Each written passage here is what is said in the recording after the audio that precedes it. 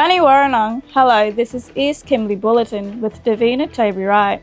Coming up in this edition, applications open for the WA Stolen Generations Redress Scheme. Kununurra's first dedicated all-men's health clinic fills an important gap. The draft Kununurra Town Centre Masterplan goes on public display, and a local sports roundup with Eric Cox Jr. But first, newly elected Shire of Wyndham East Kimberley Councillor Sally Martin is again speaking out against proposed controversial critical minerals projects planned on her traditional country.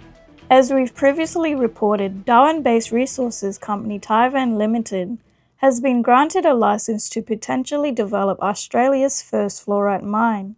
Early drilling has been taking place on the Speewah site west of Doon Doon Roadhouse, with the decision expected sometime in 2026. Miss Martin has taken Waringarri media out on country for a look.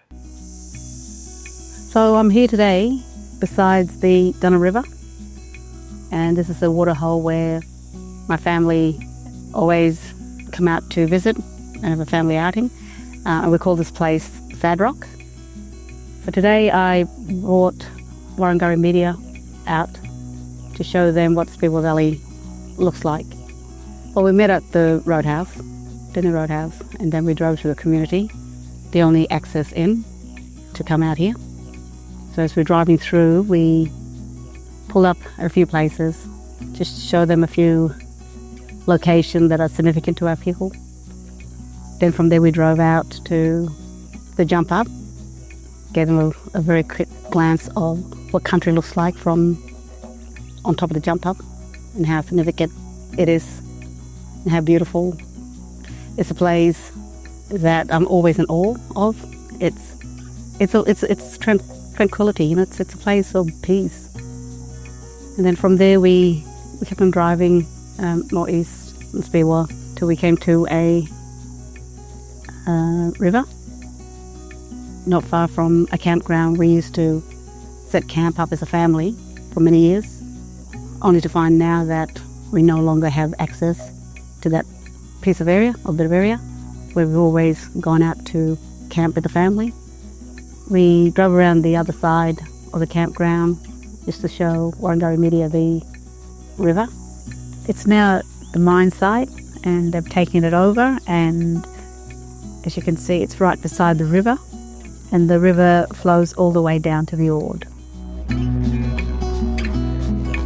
If it ever develops and becomes big, then what hope do we have as families, community, traditional owners when it comes to access to country? We are discussing critical minerals and rare earths, and we're going to be signing an agreement that's been negotiated over a period of 4 or 5 months. And it was sort of good timing that we got it done just in time for the visit. And we work together very much on rare earths, critical minerals, and lots of other things. And we've had a very good relationship. We've been working on that for quite a while. In about a year from now, we'll have so much critical mineral and rare earths that you won't know what to do with them. They'll be worth about $2. But in the meantime... You know, they're talking about mining for minerals that they state that is critical. But critical to who? Is it critical to us? Who's it benefiting? For our culture and Aboriginal culture and our history, the critical thing that's a part of us is this country. You know, we talk about respect. Well, where's the respect for this country? Why are we allowing for this country to be stripped of this critical mineral, to be shipped overseas? So how is Australia benefiting from it? But most importantly, how is it benefiting our culture?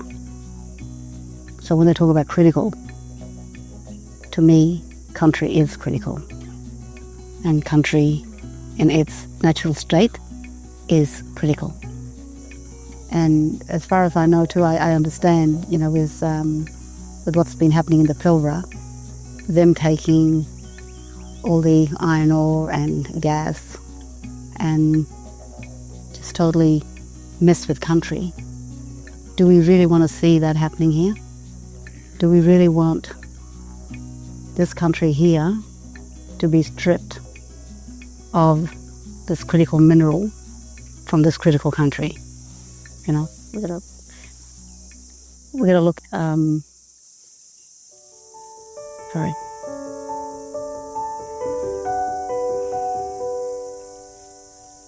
A bit of a sad topic, you know. You can watch that Waringarri short film called Critical Country in full on the Waringarri Media website or YouTube page. The WA government has opened the Stolen Generation Redress Scheme for applications, acknowledging the enduring effects of the past child removal policies on Aboriginal people in the state. Nathalia Imblong has this special report. I'm here at the Kununurra Stolen Generation Aboriginal Corporation, where survivors of the stolen generation in WA can now apply compensation under a new state government redress scheme. The program was announced back in May during a ceremony with current survivors and their families. It offers a payment of $85,000 along with personal acknowledgements to Aboriginal people who were forcibly removed from their families before July 1st, 1972. Premier Eric Cox says the scheme is part of an ongoing commitment to truth-telling and acknowledging the harm caused by past government policies. I announced that my government would deliver a redress scheme for members of the stolen generations in Western Australia. This is an opportunity for stolen generation survivors to tell their story and for the government to acknowledge the harm and trauma experienced by those who were removed. Let's be clear, this was an ignorant and deliberate policy to remove people from their families, take them off country, dispossess them, separate them from their culture. The Western Australian government is sorry for the ongoing intergenerational trauma that has been experienced and the harm that goes with it. A payment of $85,000 will be made available to Aboriginal children who were removed from their families in Western Australia up until the 1st of July 1972. The scheme comes 28 years after the Bringing the Home report in 1997 recommended reparations be made to all who suffered because of forcible removal policies. These are believed to be around 3,500 survivors still living around and across WA today. Kimberley Stolen Generation Aboriginal Corporation Chairperson Mark Ben Barker, who was in Perth for the announcement, made these comments during his weekly Mary G radio show. But it's a pity a lot of people have died since. Yeah, true God, yeah. Sad. And $85,000 is not much, but it's a drop in the ocean. Yeah, but it's something, I guess. And, true, yeah. You know, this is once in a lifetime opportunity for people to apply. Yeah. Some people will miss out because that we've lost a lot of elders, and the government's going to provide counselling for those who do need it. Yeah, because a lot of people will be hurt as well. While the scheme has been welcomed, some people say the payment isn't enough, and the eligibility cutoff should be extended to include people who were removed after May 27, 1972. Applications for the redress scheme are now open, with survivors, families of those who have passed away after the 27th of May 2025 can apply on their behalf. The Kimberley Stolen Generation Aboriginal Corporation says the application forms are now available. Anyone wanting to fill out the form can now pop in to the office right behind me here at 5 Kintia Way, here in Kununurra. Kununurra's first dedicated men's health clinic has officially opened, providing much needed all-round health and well-being support to local men.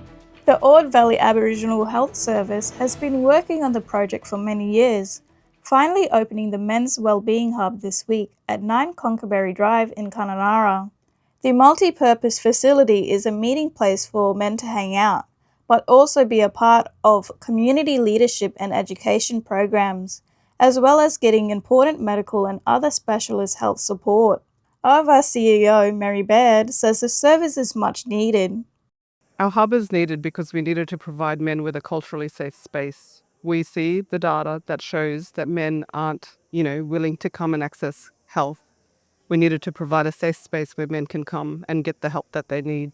Other local medical services in Kununurra, including the main OVAS Medical Clinic in Ironwood Drive, are frequented by everyone, including women and families. This can often make men hesitant, especially if they don't want others to know they're seeking medical help. This new men's health hub is tucked away down Conkerberry Drive away from the town centre.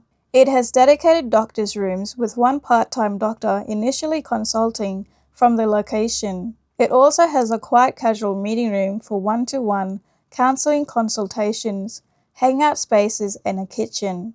It also has a state-of-the-art meeting room. Mary Baird says the new Men's Wellbeing Hub will make a difference for men and their families. We hope that our men's health hub encourages more men to come out and get help, to seek help on self-regulation, to seek help around education around sexual health, family violence. We want to be able to set the tone for our up-and-coming generation to improve family lifestyles. The Men's Wellbeing Hub starts operating officially next week and will be open from 8 a.m. until 3:30 p.m, Monday to Fridays. For more information, contact the local OVAS office. We are now in Chapter 4 of the Kununurra Reimagine project journey with the Draft Town Centre Masterplan on display for community feedback. Evan Ransley reports.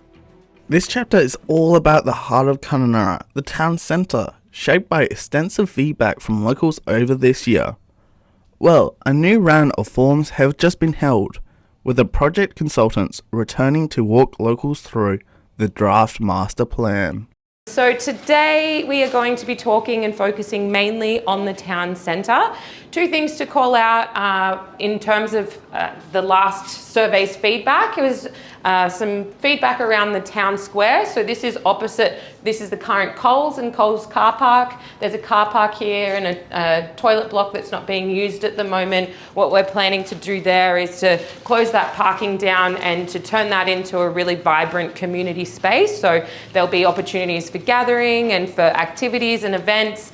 The other piece of feedback that we had was in relation to relocating the skate park from here in White Gum Park across to where the car parking is on the other side of this building. What we really wanted to do through this piece of work was consolidate this whole side of Coolabah as a precinct for places, for families and for intergenerational spaces for people. So obviously, consolidating that with the splash park and the work that's happening with the pool and the leisure centre and connecting into the PCYC was something we thought was really important. The focus has been on the public realm, the parks and streetscape, particularly between Conkerberry Drive and Coolabah. The consultants say the space in the IGA would really benefit from a new development, with eyes to the ironic White Gum Park. That's pretty much the only building we're kind of proposing as part of this project. So it would be a community building, some kind of retail, have new public toilets in it and things like that, and it would really help to activate the park. The draft master plan includes several key precincts such as a new youth area, town square, cultural trail, and proposed upgrades to Conkerberry Drive, Coolabah Drive, and Messmate Way. So that's where we're at. We're continuing to kind of have the discussions, talk with the Shire, appraise the kind of the cost issues and deliverability issues.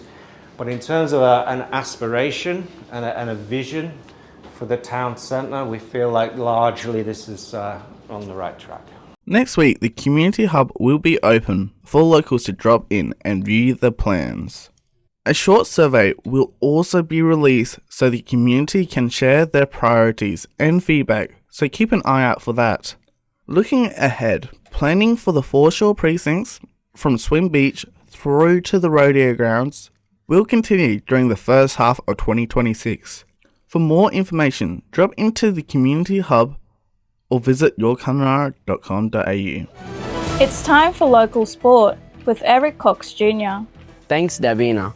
Our local comp going into round 7 with the Hornets taking on the undefeated Bulls was a good head-to-head game with the Hornets pulling away in the last quarter, 46-37. While the Black Magics had a blowout win against the Philo, 59 to 38. Come out, you mob, and support our local basketball comp. A couple rounds left before finals.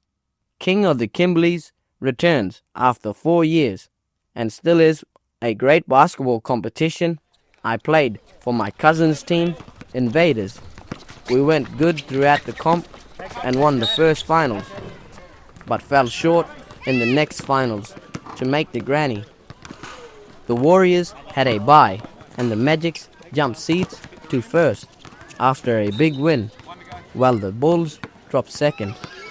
Women's comp underway with the Warriors close ending game against Misfits 14-13, and the Hornets beat Swish by forfeit. So the end of round 7 in the men's comp, and we are almost headed into the finals, with the grand final on Tuesday the 2nd of December, while the women's grand final will still be on Tuesday the 9th of December. I'll keep bringing you all the actions and update until then.